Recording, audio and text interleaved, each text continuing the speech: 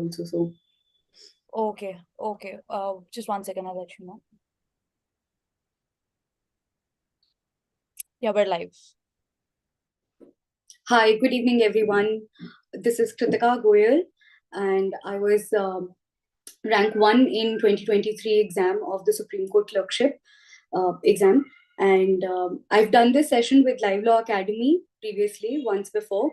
And here we are with part 2 of this exam, and we'll be focusing on paper number 2 of the exam this time. The exam is on 10th of March, this Sunday. I know it's a little delayed, the session is a little delayed, but I promise I'm going to make it up to you today. And I hope you've all checked your centers and your admit cards are out. And you're all set. And I hope that you guys are only revising at this moment and at this time. And let's just dive into it.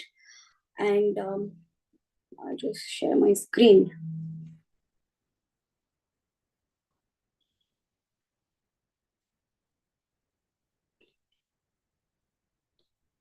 Okay, so welcome everyone to the session once again, and let's begin. I'll just talk briefly again about part 2 of the exam, and it's going to be a 3.5 hour exam, and which is inclusive of 30 minutes of your reading time. So 3 hours for writing and 30 minutes is reading time. In the previous session also, I had suggested that in the 30 minutes, utilize that time in figuring out what answer you'll be writing in your question number 3 of part 2 of this exam. Okay, don't waste your time in going through the brief, because today we'll be going through question number 1 and 2 most probably, and I'll tell you how to reduce your time of reading and how to figure out how to write and everything. Okay, so it's going to be a 300 marks question, 300 marks paper. So a brief synopsis or a précis, we'll be focusing on this question number 1 today. And it should not be longer than 750 words. The brief that I've prepared is of 490 words. I'll show it to you after in a while. And 2 sides of a single page, approximately, I think that's how long it will be if you handwrite it. Even if it goes to a 3rd page, don't worry, you won't be penalized as such, because I understand that certain people will have the font of the handwriting will be different, the size of the handwriting will be different, and I will always suggest that you keep it as clean as possible, right? Have a lot of spacing in between, and even if that spacing means that you go up till the 3rd page or the 4th side, it's fine, as long as it's neat and it's clean and it's presentable.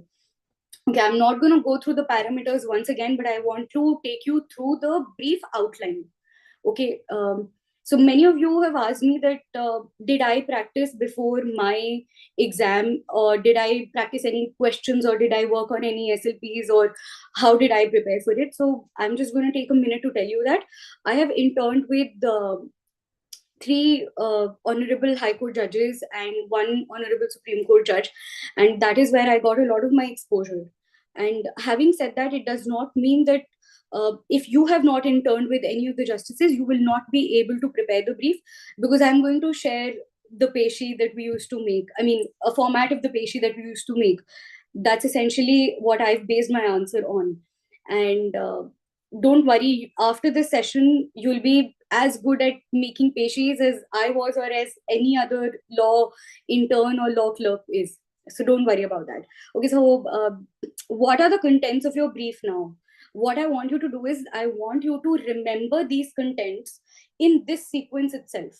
Okay, by that I mean that you have to know what is the case number and what is the name of the parties that goes on top of your peshi. I'm going to call this a peshi because I'm in a habit of calling it a peshi, but I'm actually talking about the brief. Question number 1, okay, of your part 2 of the exam. So on the peshi, when you write the peshi, on top of it, you start with the case number and name of the parties. 1. Second, you go on to relevant facts of the case. 3, you go for the judgment in challenge, under challenge, the impugned judgment or the order. Next, you write the grounds, then you write the prayers. Then you write interlocutory applications, IA applications, which are where necessary. Usually you write them down even if it's not necessary, because that is what is prayed, right? That is what is the first matter in issue at that time. Then you have counter affidavits, rejoinder, all of that, replication, rejoinders, that, and a gist of the previous order. So I hope that you all have read the 2023 question number 1 of 2023 exam. I really hope that you've all read it. And if you haven't, please read it. You can, even if you've not read it, let's just go ahead. And if you have read it and if you have it at handy, just open the question paper in front of you. It'll be really helpful because I'll be taking you through it, right? So this is the question number 2. I will not be focusing much on this because I really am thinking and I really hope that this is something that you can handle on your own, right? Because as I spoke about this in the previous session as well, I'm just going to quickly repeat the pointers here. This is just a draft research memo. Okay, you will be given a set of facts and you'll be given relevant judgments. Based on that set of facts, you have to suggest, you have to give your suggestions, you have to give a legal advice essentially. Right? And I've already told you that there is no right or wrong legal advice. It's only how you justify. It's how you read those judgments and incorporate it in your answer. Okay. If time permitted, we'll just go through the question paper, question 2 of 2023 also. Okay, here also I will really suggest that you keep this outline in your mind. So how will you structure your answer in question number 2? Just keep it very brief, that you start with the heading memorandum of facts or memorandum, and then you just go on to write the brief facts, very brief. Do not write too many facts. Try to narrow down the facts in just 3 lines, not more than that. Okay, and then issue involved very clearly, make headings. When you write this answer, make a heading, brief facts, underline it, outline it. So what I did was that I took a blue pen, a pencil, and a scale, a ruler, basically with me in the exam. Whatever headings that I was writing, I wrote it with a black pen. Inside all the content I wrote with a blue pen, and I was underlining things with a pencil or making lines or charts or whatever is necessary, I was doing that. So make headings. Issue involved, make a heading, write your issue. Even if, and please make sure that you don't just frame one issue, try to frame more than one issue. Okay, frame at least 2 issues. So issue 1, Roman numerals 1, and then Roman numerals 2, and write your issue point wise. Then you write the laws involved, you put down the provisions, you'll be given those provisions as well in the question paper. And you put down the law and the provisions, and then you write your discussion and your reasoning that I am applying this law to the facts like this. And then your finding and conclusion, where you state that very clearly, you will state that for issue number 1, this is how I've decided. Issue number 2, this is how I've decided. And you will be very clear with your reasoning. Okay. And okay. So question number 3, I hope everybody is clear. Again, you only have to do one question. Do not attempt all 5. Be very clear, okay?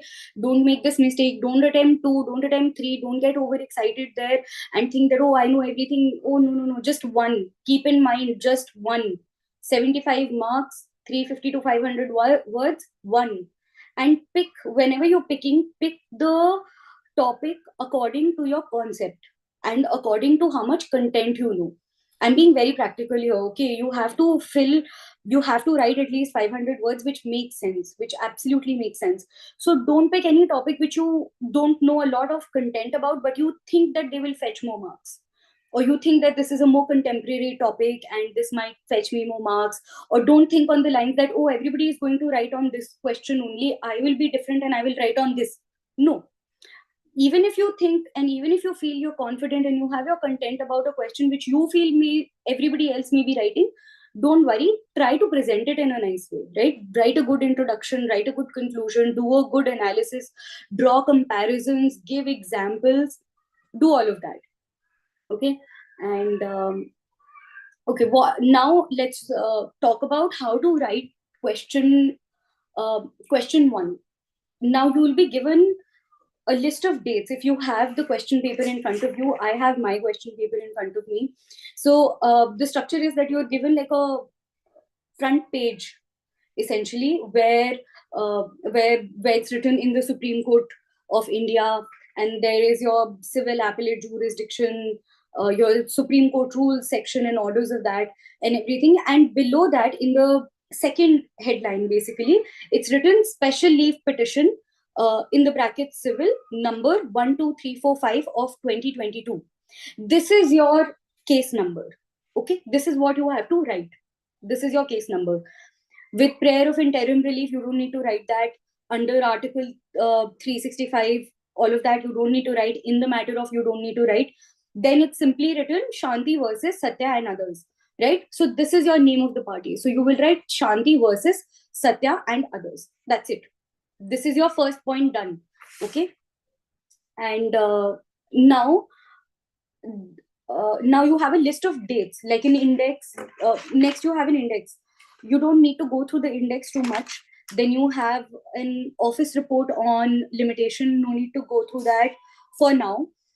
Listing performer, no need. Then you have a synopsis and a list of dates. This is your main reference point while preparing a patient. So you go through this particular page, these two pages, very, very thoroughly, and you underline and you mark those things which you which have anything to do with an agreement, with a date, with a number. Okay, like a civil petition number. This case was filed on this date. It was filed. This was the result. On this date, the result came. Start underlining those things while you're reading, so that you have highlighted the part which you're going to write. Your list of dates is very important while making this. Then you're writing your applications and limitations, which was there on your page number 4, office report on limitation. This is where the limitation is provided. In this particular question, there is no previous order, application, rejoinder. But if you have those, you will add these 3 points at the very end of your answer. Okay, I'll show you my answer after this slide. Yeah, and Kritika, after the, yeah. Sorry to interrupt. I just wanted to let the students know that the link to the 2023 question paper has been given in the chat box. So if you want to follow along, you can just open that link. I just wanted to let everybody know that. Please continue. Thank you. Thank you. Sure. I'll just give like 30 seconds maybe to recollect my thoughts and give everybody a time to go and click that link and open the question paper. In the meantime, I'll just tell you that I've done this session before with LiveLaw Academy, and I'm just thankful to them for the same, and we're doing this again. And don't worry, okay, I'll just take these 30 seconds to address the fact that I know I'm taking this session on 5th and your exam is on 10th. And I know that you have only a few days left. Don't worry, whatever I'm going to tell you after this is not going to affect your preparation, or it will not demand any extra effort from your end. This is just telling you a format. This is making you understand what to look for in the question paper and how to use the material given. So don't worry about that. And also, I will also like to answer that this question, address the fact that question number 1 is based on Specific Relief Act. And Specific Relief Act is not a part of your syllabus. You do not need to go through Specific Relief Act. And question number 2 was based on Guardianship Act. And you don't need to go through Guardianship Act. The provisions are there. Whatever your legal understanding of these minor issues is, it will be sufficient for you to understand.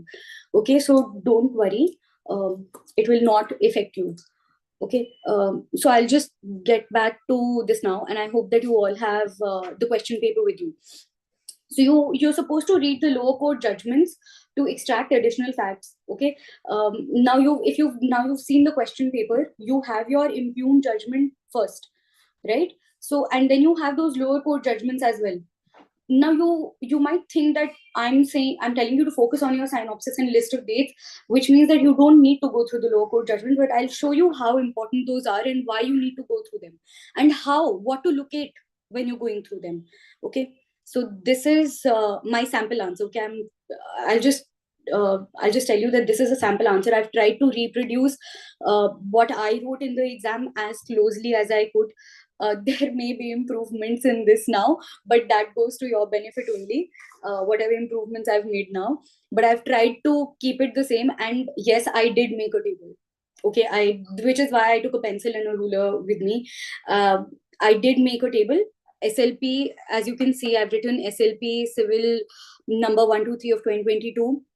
And I've not written the whole thing again, special leave petition. No need to reproduce that. You can just straight up write SLP. That's fine. And then Shanti versus Satya and others. That's okay. In the question, it's written others is written as OTHERS, but ORS, it's fine. You can use acceptable short forms which everyone knows about, right? So don't worry about that. So let's everybody please come to page number 7, where synopsis and list of dates are. Okay, so now my facts, I've written a heading facts, if everybody can see, and I've divided this table such that there's a date, there are particulars, and there is a relevant page number, which is very clearly seen. When you see the sample answer, they've also written a page number, but it's after every line, which you may skip or which you may forget to write after a particular fact, which is why there's a table, so that everything that you've written can be sourced. So if you see that I've written that by agreement to sell so and so, and I've written a relevant page number 9, but I am taking you to page number 7 and not 9. I will tell you why I've done that and how is that relevant. So from page 7, my list of dates, the list of dates given in the question and my table is essentially the same. If you see, I followed the same chronology here, and I've just shortened up all the points to very, very, very limited words, and how much ever is just necessary, like absolutely necessary. And why I've written page 9 is because if you turn to page 9, it's the impugned judgment. So that is to tell the examiner that I'm actually referring to the impugned judgment and not the synopsis of date. But if I would have written page number 7 here, it wouldn't have been wrong. But I just want to have a good impression that, listen, I'm sourcing my facts out of the impugned judgment. So that's the only thing. But I don't think writing page number 7 would have been wrong. It's just what I've done. Okay. I just feel that it gives a better impression. This is just my feeling. I'm not sure whether it does or not. Okay. So next fact in the synopsis of date, list of dates, next fact is the same. It's a very, very little crux. If you read this along with me, like by agreement to sell of 85,000 paid in and possession transfer to petitioner of disputed property, plot in Monaco. Okay, so I am not describing the property. I am not describing the place. I am not saying that it was through power of attorney or anything, but it is a relevant fact later on that it was through a power of attorney, but I've not written it here because it's not necessary. What we need to tell them is what is the source of the dispute. It's an agreement to sell for 85,000 of a disputed property. That's it. Next, there was a flood, there was a reconstruction of the property, and respondent to started interfering. That's it. Very simple language, very short sentences. Nothing fancy, nothing extravagant. Next, it's the same date as provided in the list of dates, which is again, which is where I've written that this is through GPA, which is dated so and so. Now, you will, I'll tell you what is the relevance of reading these judgments right now itself. I've written through a GPA, which is a general power of attorney, which is dated 7/12/1991. Now, you cannot see this date anywhere in the list of dates, correct? This date is actually provided on page number 11, on the third para on this page, in the third line towards the end, where it is written GPA dated 07/12/1991 shows that the respondent defendant number 2. This is where I've sourced this date from, because the date is relevant. When we're telling anything or when we're writing any fact, if we can substantiate that with the date, it just makes more sense, right?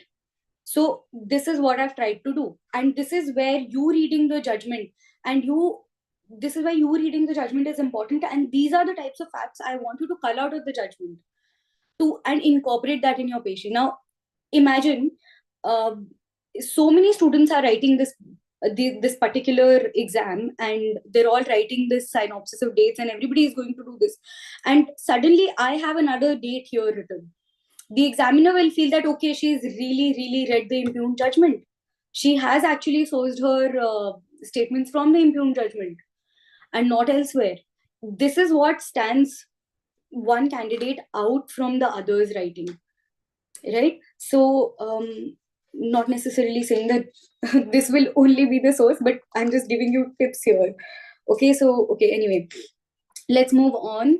And now here what happens is that the petitioner is going to file a civil suit against the respondent, and he will pray for permanent injunction. Okay, there's a typo here, restrain from, it's written from, please ignore that. Restrain from interfering in peaceful possession.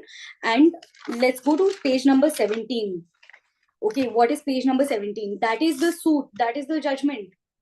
It's the judgment of this particular suit, which where I've culled this fact from. But I've actually not done that. I've actually just copied it from the synopsis of date. Okay, and I've written a different page number. That's the only thing that I've done. I hope you can understand how I'm writing page numbers. And I've always written page numbers at the end.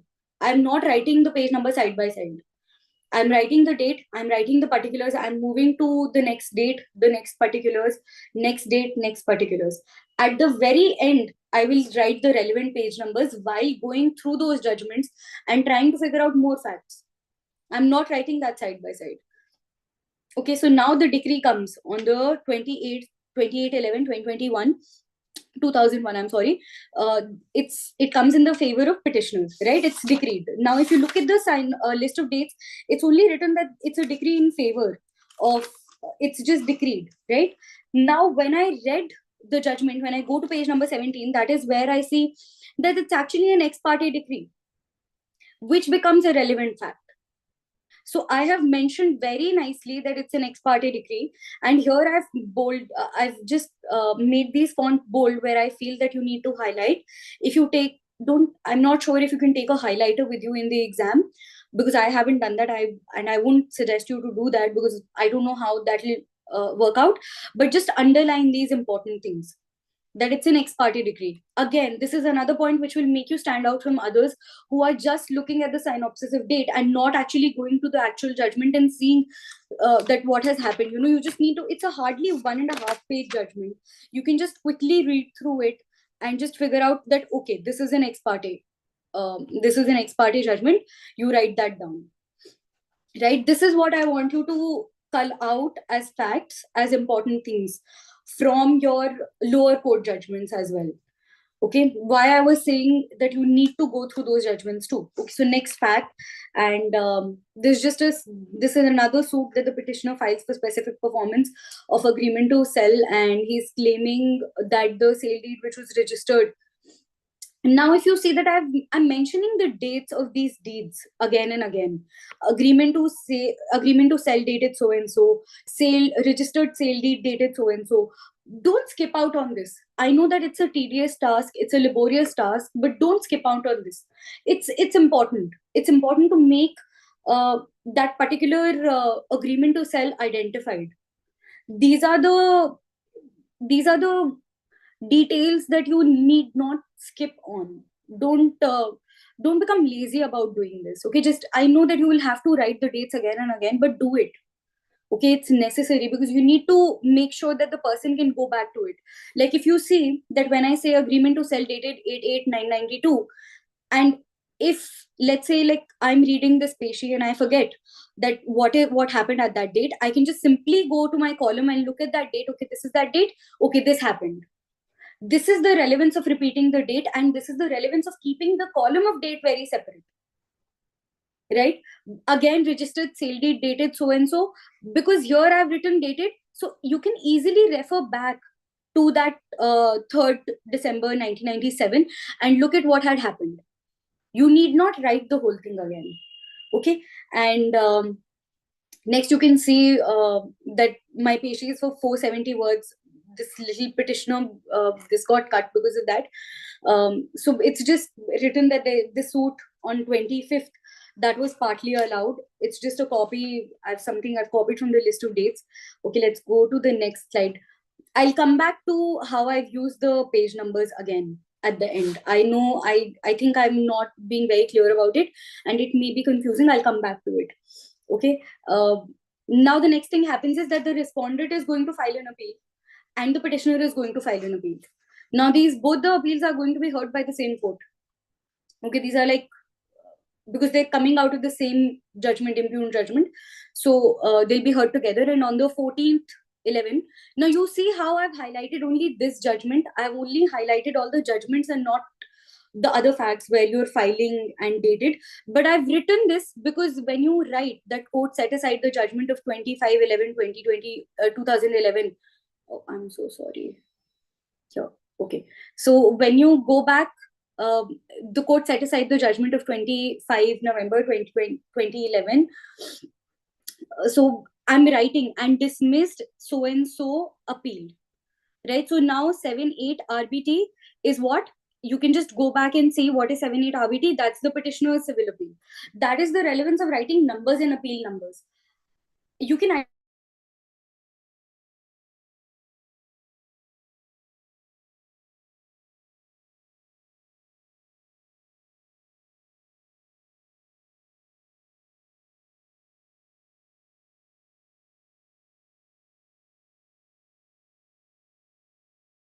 this part is not written in the list of dates. The part where I say that as respondent number 1 is not liable to refund 85,000, this is something that I culled out of the judgment when I read the lower court judgment. Okay.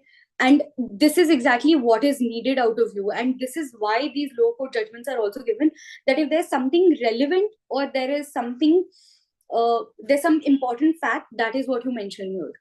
Right. And then petitioner files a second appeal, and that appeal is also dismissed. And I've written in the bracket that this is the impugned judgment, because you need to make sure that you are writing very clearly that what is the impugned judgment or order. They should know that yahan se appeal aaya hai, yahan se problem source ho raha hai. I hope I'm being very clear. Okay. And here I've just mentioned a series of page numbers, that from page number 9 till 12, that is the entire impugned judgment. Okay, now I've made a next heading, findings of the High Court.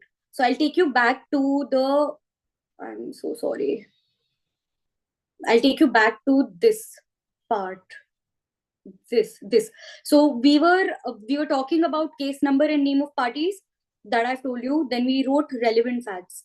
Now we're writing relevant findings of the judgment or order under challenge. I'm talking about the third part now. Okay. And here. Right. So findings of the High Court. Now I want you to come to page number 11 and 12. Yes, page number 11 and 12. You don't need to read the entire impugned judgment. I know I'm probably not setting a very good example by saying this, but if you are in a time crunch, you apply this only then. Otherwise, you please go through the entire judgment. But if you're in a time crunch and you're able to locate what I'm about to tell you, then this will save a lot of time. Okay. So when you go to this, on page number 11, it's the third paragraph, which starts with, after hearing learned counsels for the parties. This is your hint to tell you that after this line, whatever is written is what the High Court has observed. This is the, after this line, it's the reasoning of the High Court. After this line, it's the analysis of the High Court. Before this is only going to be a reiteration of the facts. It is only going to be a reiteration of the contentions of the parties, maybe the judgments which they've quoted. That's it. And we don't need any of those. We don't need to go through the facts again. We don't need to know what the contentions of the parties is. We don't need to see what the judgments are. So this is my suggestion to save time, is to go through the first line of each and every paragraph and to identify, okay, what may have been written in that paragraph. And as soon as you find something related to after hearing learned counsel of the parties and along and going through the documents on record and using the judgments passed in the courts below, that is your cue to tell you that's the cue to tell you that after this is the relevant part. That after this you start reading threadbare. After this is something that you will have to incorporate in your patient. So after this, what I've done is, exactly from here I started reading, and I found the general power of attorney date. I highlighted that. I incorporated that in my patient, in my point. And then I went on to the next paragraph. And this is where these grounds are written. All these 6 grounds I've actually taken out from the next paragraph, the 4th paragraph on page number 11, and from the last 3 paragraphs on page number 12. That's it. I have actually, personally, I'm telling you, I've probably not gone through the entire thing in this entirety when I was writing it while preparing the patient. So if you go through the fourth paragraph on page number 11, you'll find all these facts, but I've not written it like that. I have actually rearranged it. If you see, the way it is written in this paragraph is different, and the way I have arranged the first 3 points. So first 3 points are the same as what the points are written in this fourth paragraph, correct? But I'm not writing it just the way this is. I'm not summarizing this just as it is written. I am organizing it. That first I'm talking about agreement to sell dated, that it's a fake document. Then I'm writing that the petitioner does not have any proof of payment because the first burden of proof is on the petitioner, correct? Whereas in this paragraph, or in the question in the paragraph on page number 11, they start by writing that the respondent has failed to prove 85,000. But it's not on the respondent to prove that, right? It's not the burden on respondent first. It's first on the petitioner, which is why I'm first talking about the agreement to sell, the document on which the whole dispute is based out of. Then I'm talking about the petitioner, primary burden of proof. Then I'm talking about the respondent one, because that is what their finding is, and we're also writing that fact. We're not to judge anything. Then next, I've culled out 3 facts from here, done. After that, if you see, the next para is just a reproduction of section 20 and 21 of specific relief act, right? We don't need to go through that. No need. I've already told you, no need to write any law point at all.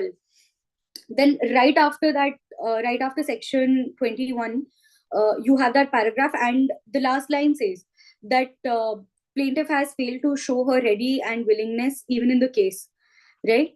So that's the main point. In the next para is also based on readiness and willingness. That's what you write. That, and also if you, I've told you that you don't need to read specific relief act, but I'm just pointing this out here, just in case if you get a question again on specific relief act in any of the questions, that when you're attempting any question which is based on specific performance under specific relief act, one issue which must mandatorily be framed is of the petitioner's readiness and willingness, like mandatorily. Even if it is not a word, it has to be proved. You can only prove what is a word. You must frame that issue. You must answer that issue.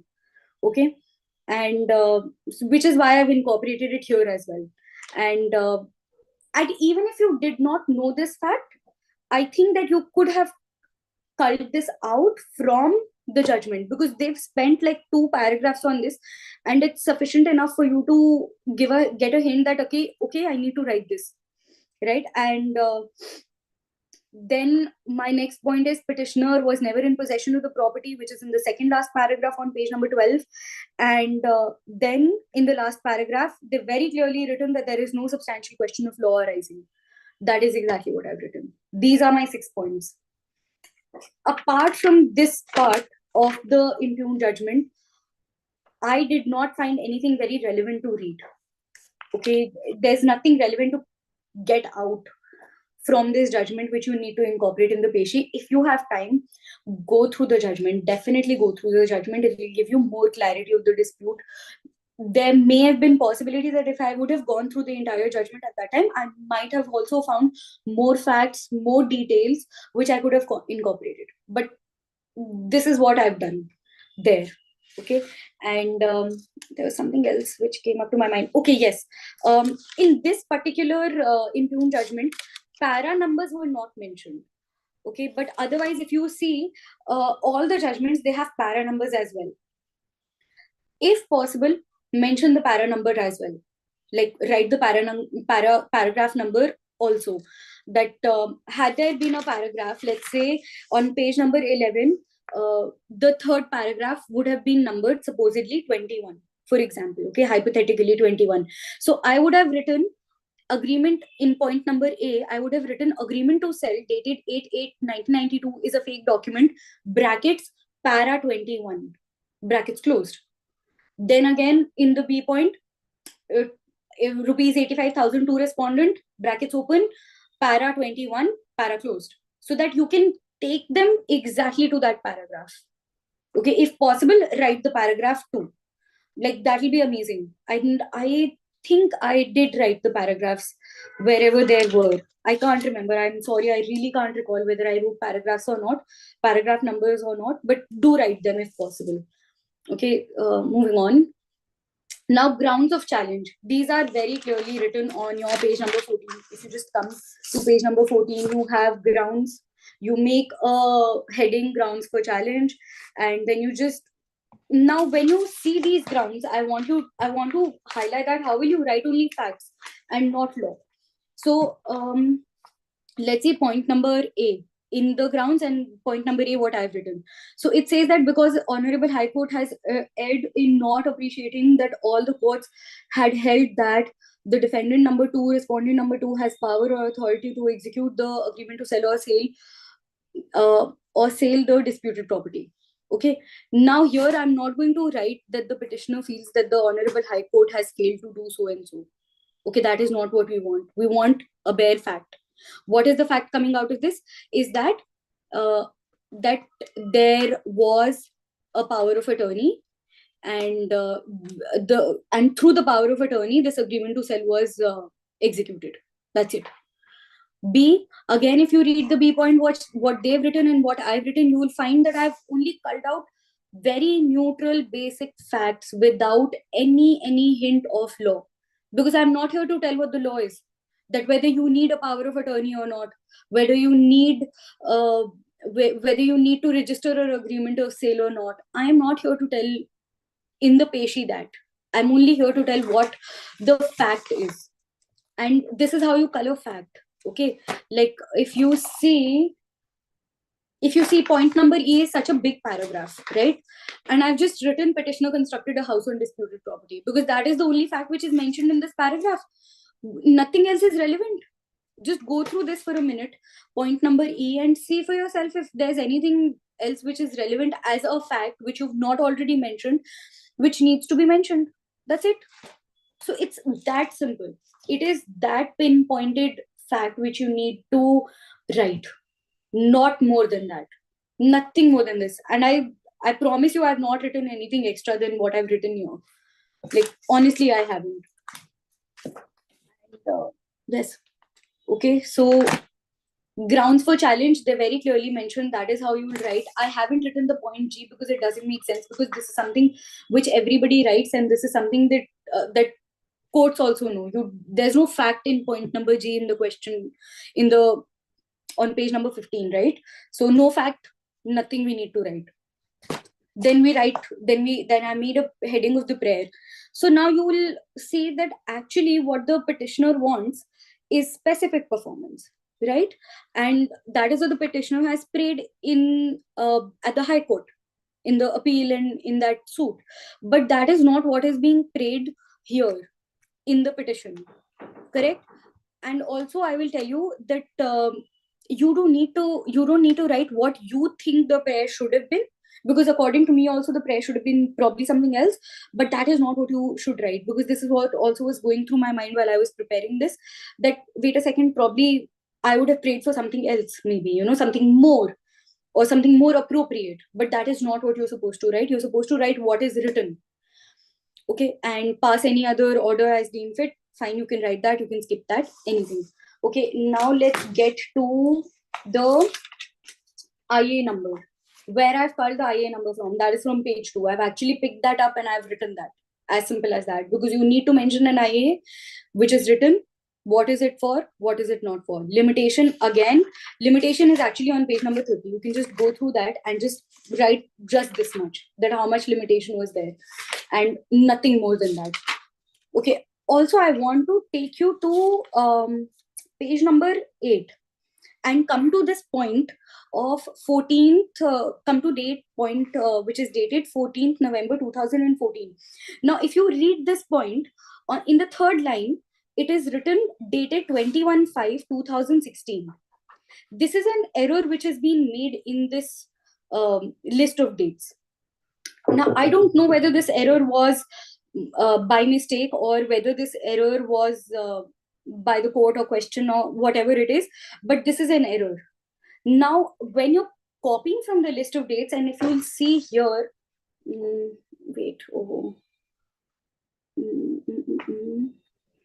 Yeah, so if you see here, I have not written the same date as what they've written in their list of dates because I was careful while copying, right? I've written court set aside judgment dated 25/11/2011, whereas they have written in the question that they have set aside the judgment and decree dated 21/5/2016. Now, I now you think that you've probably missed out on something, you've probably missed out on some fact, and you'll go again thinking what has happened, going through. I'll tell you a very quick way to make sure that you write the correct dates. You go to those judgments, you you flip a few pages and you just quickly go through what is the date given on all these judgments. Don't rely on the list of dates, because list of dates is actually prepared by the parties, but the judgment is prepared by the court. So when you are actually in conflicted that okay, there is a probable mistake, there is a probable typo or whatever, and what number or what date should I write, you always follow the judgment. You will always go back to the judgment and check. So for this, I actually, if you go and you see page number 19, it's actually 25/11/2011. And how do you confirm that? Because it's written everything else, no? They've written allowed the civil appeal number so and so, filed by the respondent, and set aside the judgment dated so and so. So if you go and you check the civil appeal number 282 RBT of this and this, you'll find that the judgment is actually not dated this. It's 25/11/2016. And how can they set aside a judgment which is passed in 2016 and when their actually judgment is in 2014, right? They can't. 2016 hasn't happened yet, correct? So that should be a good this thing for you to understand that, and not make the same typo in your answer, but actually write the correct date. These are the little things which you have to focus on very, very clearly, very, very evidently. You have to be very careful. There are a lot of numbers, there are a lot of dates. Be very careful while writing them, while copying them, while going through each and everything. Even though list of dates or a synopsis makes your work very easy, and it cut down your time very, very quickly in half or whatever, but it does not mean that you will not pay attention to the details. Correct? I really hope that I'm getting to this. So now this is my entire answer for you. Correct? So what I'm going to tell you now is that okay, so let's talk about how you'll divide your time in 3 hours right now. So for you'll get 3 hours, half an hour you figured out what question, what part of which question of question number 3 you'll be doing, and you've probably made a little sketch or a rough draft of whatever you're going to write in that answer, and that should not take you more than 15 to 20 minutes to write when you're referring to that and writing. When you refer to your summary of the points you're going to write and then actually writing it, it should not take you more than 20 minutes. Now you're left with 1 hour 20 minutes. Okay, and you'll require at least 40 minutes to make this peshi.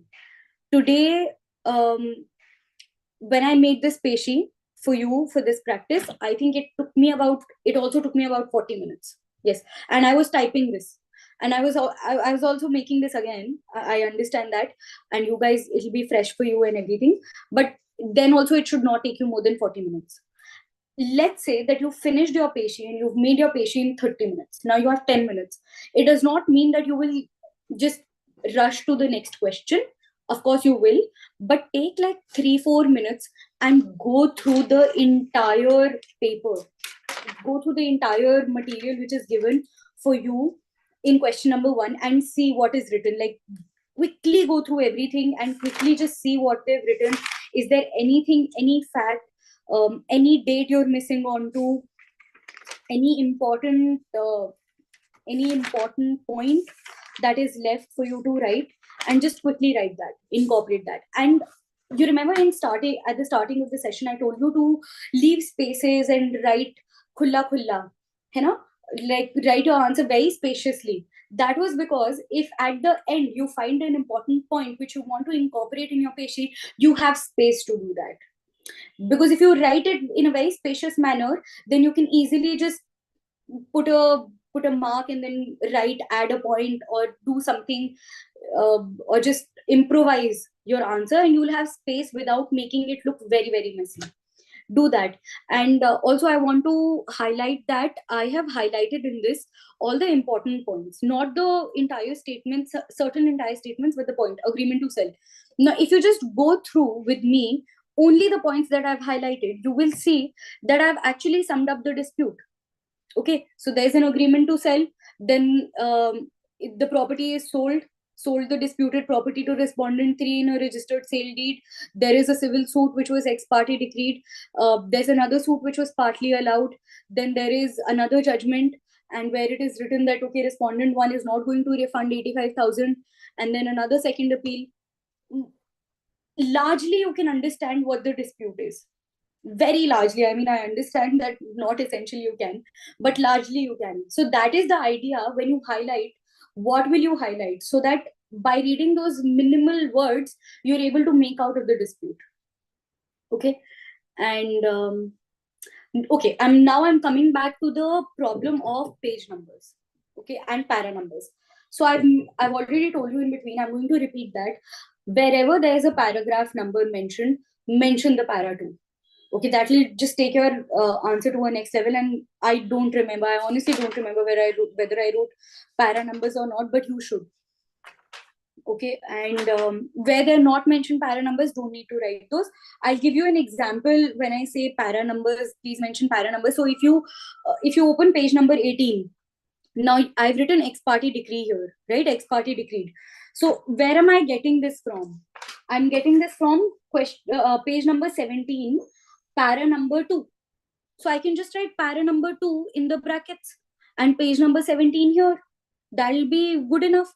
And if the examiner also wants to see that where I've gotten this new word ex parte, they can just quickly look up page number 17, para 2. Acha, okay, ex parte is written, it's fine.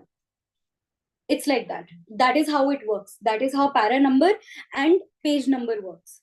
Okay, which is why I'm telling you that if you finish off your answer in 30 minutes, do spend 3-4 minutes going through the whole material, going through the whole question, so that you can find out where exactly the things which you have written are clearly mentioned in the judgment. And now also now you'll understand why I have written page number 9 and not page number 7 in the first 3 points. Because list of parties is made by the petitioner, and the petitioner is bound to make certain mistakes. And what we'll actually rely on, we'll rely on the material, or we'll rely on the judgments of the high courts and of the courts below, because we are sure that they have not made a mistake. So which is why I've written page number 9, that please go and look at page number 9. That is where I've picked this up from, even though I've not picked it up from actually there. Okay, so I hope that the tip makes sense to you, and you get the idea of what I'm doing, and you don't think that I'm tricking the examiner or whatever. But this is just how I did it, and I'm being absolutely honest with you all. I mean, I could have easily said that I have actually picked it up from page number 9 and not from 7, but that's not what I want to do with you. You do not need to mention annexure number and everything. Okay, so also one thing, had there been this agreement to sell attached in this question paper, then you will not write even page number 9. You'll go and read the agreement to sell, and you will refer that page number.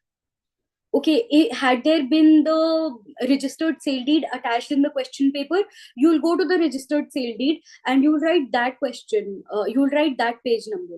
You'll go through the registered sale deed to find whether what is written in the list of dates is actually correct or not. Substantiate that a little bit. Okay, so do not blindly rely on the list of dates, but it's a good way to structure your answer. It's a good way to structure your peshi, because you have the facts right there. You pick up that fact, you substantiate it, you read through things, and you figure out that, okay, ye sahi likha hai, nahi likha hai, and then you write it. Okay. I've given you a good example also why you're not supposed to copy blindly from list of dates, because there will be errors, there may be errors. Okay, so don't do that. And there's another point coming to my head just now. Yeah. So after limitation, this is where my peshi ends, and this is 470 words. You can clearly see that this is 470 words, and we're actually given 750 words. So now the rest of the words had there been an order, any previous order, had there been a rejoinder replication, my other 200 words would have occupied that. 250 words would have been occupied by the previous orders or replication, rejoinder, all of that. So replication and rejoinder, for replication and rejoinder, add that after your prayer. Okay, don't add that absolutely at the end, but add that after your prayer. And for previous orders, what you can do is that just go through quickly to the question paper and see whether there is a previous order or not. And what you can do is you can make another tiny column running parallel to relevant page number. Okay, like just a long column, and you can write the previous order there also, instead of adding it at the end at the limitation. Because what that does is that while you're going through the entire peshi, I'm sorry, while you're going through the entire peshi, what has happened in the previous order is always parallel to what has happened. Okay, that previous order is just right there. And if you don't have enough space, no problem, no issues, you can just add it towards the end. If you want, you can make another column for paragraphs, but don't do it, it will become too much. 3 columns is sufficient. And also you will not be writing paragraph numbers for every point, right? Wherever you have those para numbers, you'll only be using it there. So you can just put it in brackets after the point. Okay, and one other thing I wanted to tell you was that, okay, let's say that in these grounds you have to cite the para number now. Okay, and you open page number 14. Now para number, how will you write para number here? Because grounds are in paragraph number 5, and all of these are A, B, C, D, E, F separate points, sub-points. How will you write that? So you'll write para 5 brackets A, then big brackets close. Okay, I hope that makes sense. Okay, so para 5, small brackets open, A, small brackets close. That's how you write. Because here there were not multiple points coming out of the same paragraph, but you may have a petition where multiple points may come out of the same paragraph. So that is how you'll number that. Okay. You can write your doubts in the comment section, and I'll take that at the end. And I think I just make you go through question number 2 very quickly of the 2023 paper now. Okay, and okay, no, we're not doing question and answers yet. I'll just take you here. Okay. So now question number 2, I'll have to read the question again, I'm sorry, but I won't do it right now. But as far as I can remember, this was based out of a custody matter between the parents and the grandparents. And I'm just telling you how to use what material is given here. Okay, I'm not giving you the answer because there is no correct answer. I'm telling you repeatedly. So I won't tell you the answer because I also don't remember what I wrote. Now, to be honest, I'm just telling you how to use the material. Okay, so on page number 33, you will find that they've given you a list, and they've said that one, Hindu Minority and Guardianship Act 1956, the whole statute is given to you. Then then they've provided you with the guardians and wards of chapter 3, only the chapter 3 part, and they've given you 4 judgments. Okay, so now, as far as I can understand, that you can just, if you don't know the guardianship laws, at that time I sort of had an idea of what Hindu Minority and Guardianship Acts held, stated, provided for. Sorry, I'm not using my words correct now. What the act provided for, I had a good idea at that time, but I did not have a good idea of what the Guardians and Wards Act stated. So I quickly went through that okay, what is it written, and then I quickly came to the case laws, because what they actually want out of you is to see that they've given you 4 case laws and how do you use those case laws. Now, in the case laws, inside the case laws, there are more case laws. Okay, like if you see on page number 39, on paragraph number 42, there's another case law, and this case law is actually a landmark judgment. Okay, and these are also relevant. Okay, don't skip out on these case laws thinking that only you have to focus on only those 4 case laws provided. No, if there's another case law cited within the case law, then which means that that is a landmark case law, then you need to take care of that case law as well. You need to address what that case held and how you use that case too. Okay.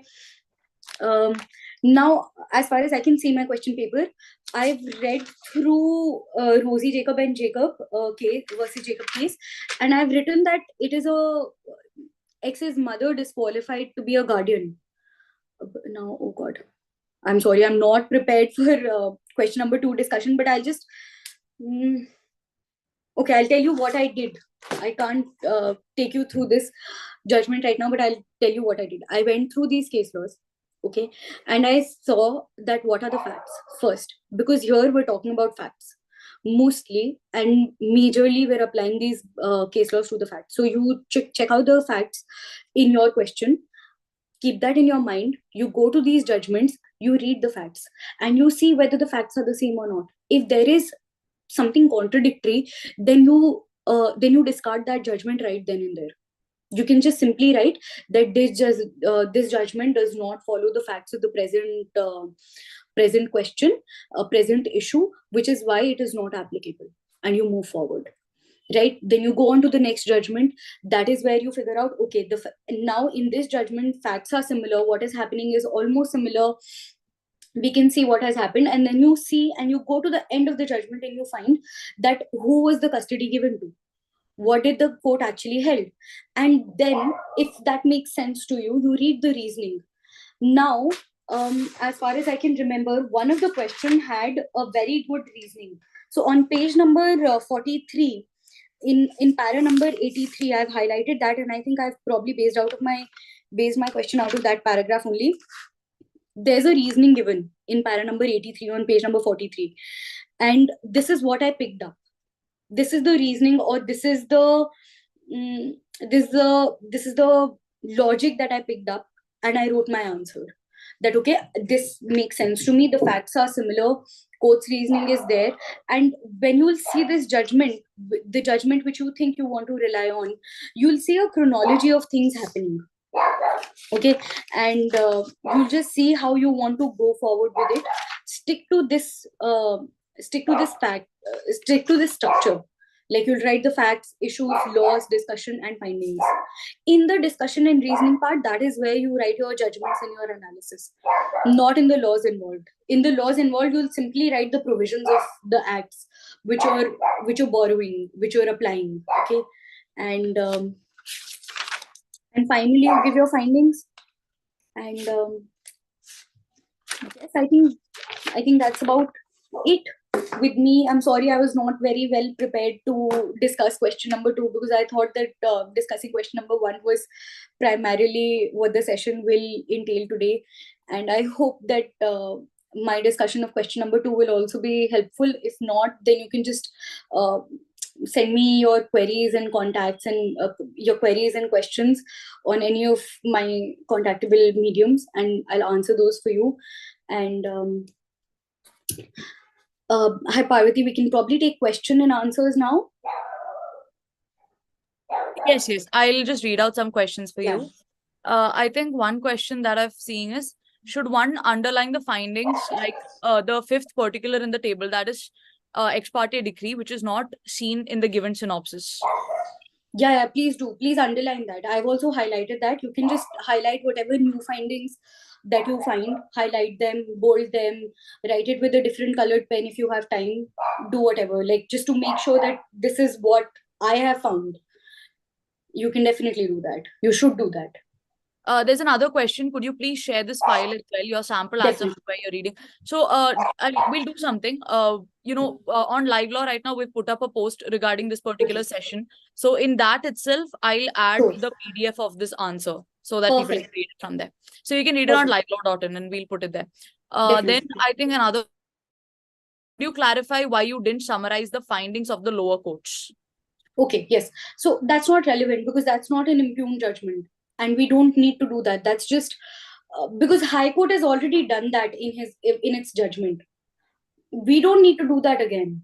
You don't need to tell the honorable justice what has happened there, because High Court has done that. In the impugned judgment, whatever the lower courts have done, if you'll actually go through the judgment of the High Court, the impugned judgment, you will see that they've actually they've read all these judgments and they've answered all these points of the lower court judgments. They've addressed all the findings and everything, which is why I'm not repeating it again.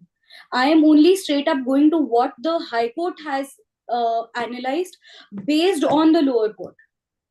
That is not needed. You don't need to do that. High Court has done that for you. We are not repeating that again. That is not needed. We're only talking about the impugned judgment. That is our main concern, because that is the judgment in question at the Supreme Court. Right. So there's another question from the same person. I think, could you also clarify why what you started reading first? Did you start with the facts from the impugned judgment and then go to the lower court opinion, or the other way around? So I have substantiated all the facts from the list of synopsis from their respective judgments. I went to their respective judgments. Like if there's something related to the High Court, then I've gone to the High Court judgment. If there's something related to a judgment of the lower court, then I've gone and read the lower court judgment. You'll have to simultaneously flip through everything. There is no one way. You can see that even my head while discussing it with you was everywhere, right? I wasn't exactly structured while I was discussing, because that's not how I answered.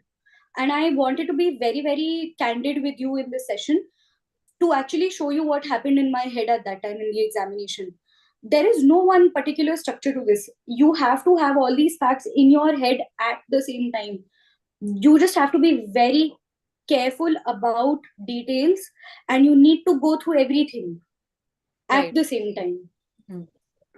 I think there's another question is, do they give a limited number of pages or a limited space for writing a particular answer? Okay, yeah, that's a good question. I wanted to address that. So they give you a ruled sheet. Like it's like this. It's like this.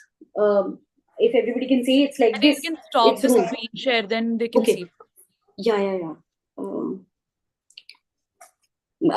Everybody, you can contact me through this. You can screenshot this or whatever.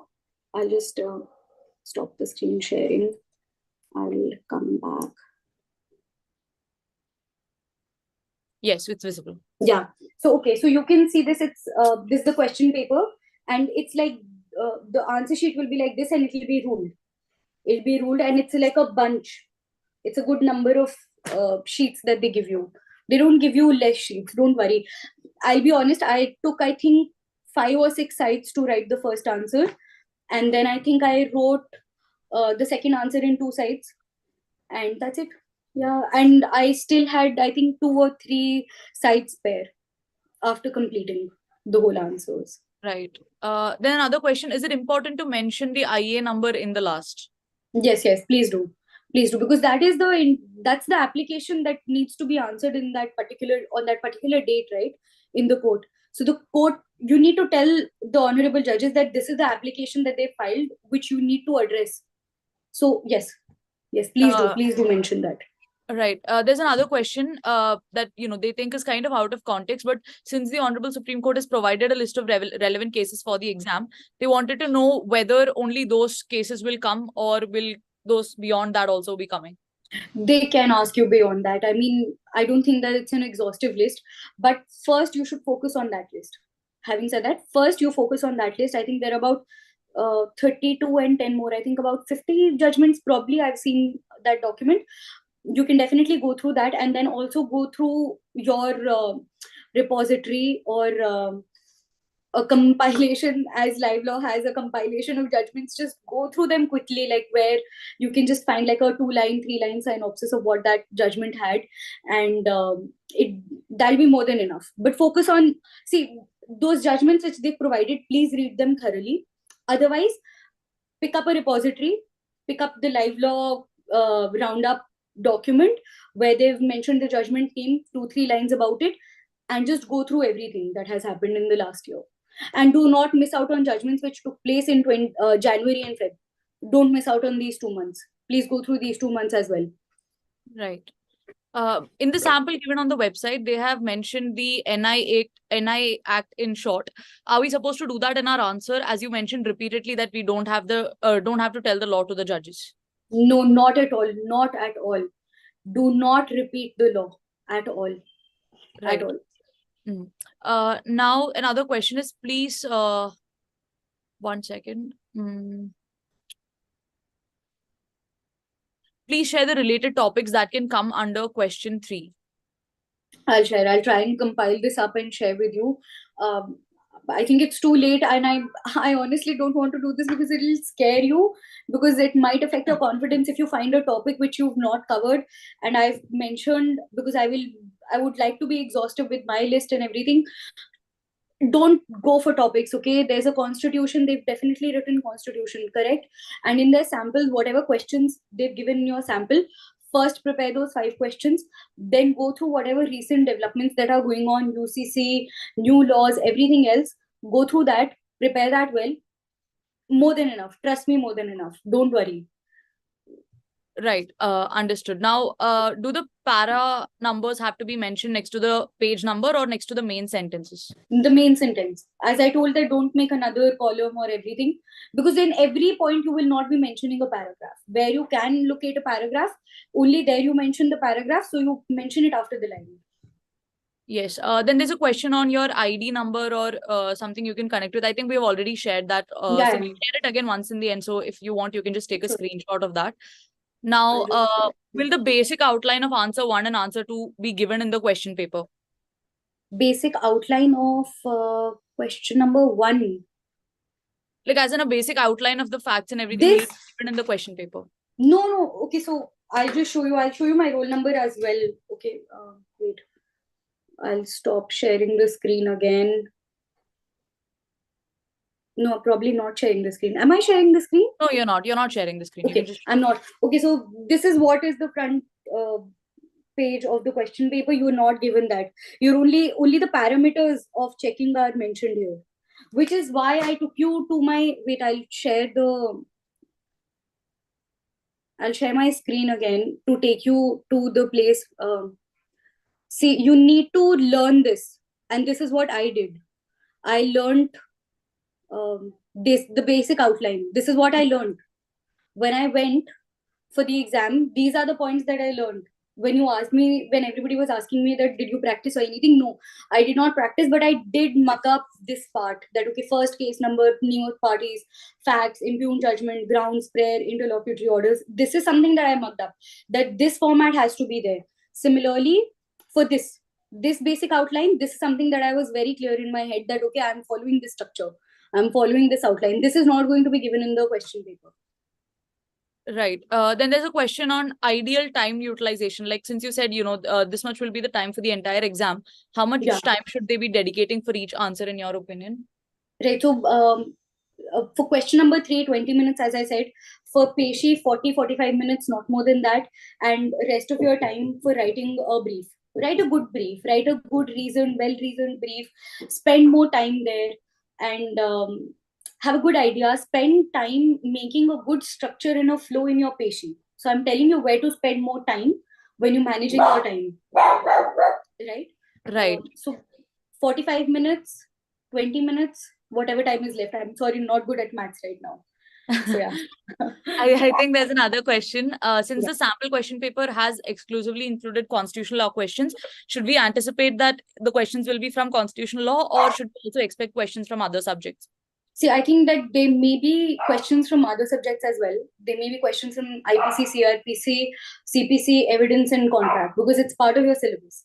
But I am 100% sure that out of the 5 questions, one of them will be from constitution, for sure. So that's what I think. Right. I think then there's another question. I think the answer to this is more of like a subjective answer. The question is, since we're doing this is about part 1. So when we do the OMR marking, did you mark it simultaneously, or do you think we should go for all of it at the end? I think that's a very subjective answer. It is a subjective answer, but I'll tell you what I did. What I usually do is I'll be very, very detailed in what I do. I don't know whether that'll work for you. I go through the question paper, I tick mark in my question paper whatever option I choose, and then I go to the OMR and I first circle around it, all Right. the options, so that even if you start the circle and you feel that, oh no, I've made a mistake and it should have been C, but I've started marking B, then you've only actually partially outlined B, and there Correct. may be a chance that you can get away with that error. The So I machine will first, take up the full colored option. yeah, exactly. That Exactly. happens. So I outline and then I color it at the end, because coloring will hardly take 2 minutes, and Correct. it's a time bound exam. And if you spend a lot of time, then you can just outline it and then quickly color it in 2 minutes. There are chances that the examiner might give you a few seconds to just color them up. Correct. Correct. Then even if you're getting delayed. Yeah. Right. Then there's another question. Post paragraph 2 at page 9. Should we consider the issues framed as a paragraph? Post paragraph 2 at page 9. Should you consider that as? Should you consider the issues framed as a paragraph? No. Like, don't number the paragraphs yourself. If in the judgment paragraphs are not assigned, don't go ahead and paragraph it yourself. Like, don't go ahead and number the paragraphs yourself. Don't do that. No, please don't. Okay. So if there are issues framed here, and 1, 2, 3, 4, 5 and till 13 the issues are framed, they're not relevant for you. Those are not paragraphs here. Okay, don't go ahead and start numbering the paragraphs yourself. If they are numbered, that is where you use it. For example, on page number 17, this judgment, they have numbered the paragraphs. You can use these numbers for referencing the paragraphs, but in the High Court impugned judgment, they've not numbered the paragraphs. Don't write any paragraph numbers there. Don't go ahead writing 1, 2, 3, 4. No, don't waste that time. Please don't do that. If I've judged correctly what you're saying. Yes. I think then there's another question. Should we answer on both sides of the paper or only one? Yeah. I think we should answer on both sides. Both. Please. Both sides. Yeah. Don't Yes. waste paper. Yeah. And there's another question. Will there be any rough sheet given for like doing rough work, or do we write it in the main paper? No. In the main paper, you can probably assign one side. Take the last page as a rough work yeah. page, maybe. Yes. Yeah. You can do and that. Then there's another question is, I think we already discussed this. Last year's paper, they were asked questions from 2023 as well. So should we also read 2024 judgments this time? I think you already said that January. Yeah. Please do. You should. January, Feb, they're very, very important. I am pretty sure that, I don't know how they make a paper or what, but even if there's a judgment which is coming out on the 9th of March, please read it. Please read it and go. Right. And then there's a question. When you read the judgments, are you reading them in entirety or specific parts like the contentions and the conclusions? See, I'm not reading the contentions. I'm reading it in a very specific manner, because I go through the first few words of each paragraph and I figure out that what is probably written in that judgment, in that paragraph, I'm sorry. So I don't go through the contentions. I don't go through the facts again. Only if the facts are contended or if they're contradicted, then only I go through the facts again to make sure that everything is streamlined. And I straight up go to what the court has held, what their analysis is. I don't want to know what the parties' contentions are. Neither for question number 1 nor for question number 2. I don't want to know what their contentions are unless and until they're relevant. Right. I don't. Now there's a question. I think they wanted you to reiterate. Which issue did you say that you have to write mandatorily if the problem relates to specific relief act? Okay. So if the question is for specific performance under section 10 of the Specific Relief Act, and you are making or you're framing issues, then you must frame an issue stating whether the petitioner is ready and willing to fulfill his part of the contract or not. This is a mandatory issue to be framed in every question of Specific Relief Act, where the relief claimed is for specific performance of a contract. This one is mandatory. Right. Then there's another question. Can you please share the outline for the research memo, please? Yes. What I'll do is that I'll share this PPT as well. And the PPT and my answer, both of them can be posted on the post on link on LiveLaw.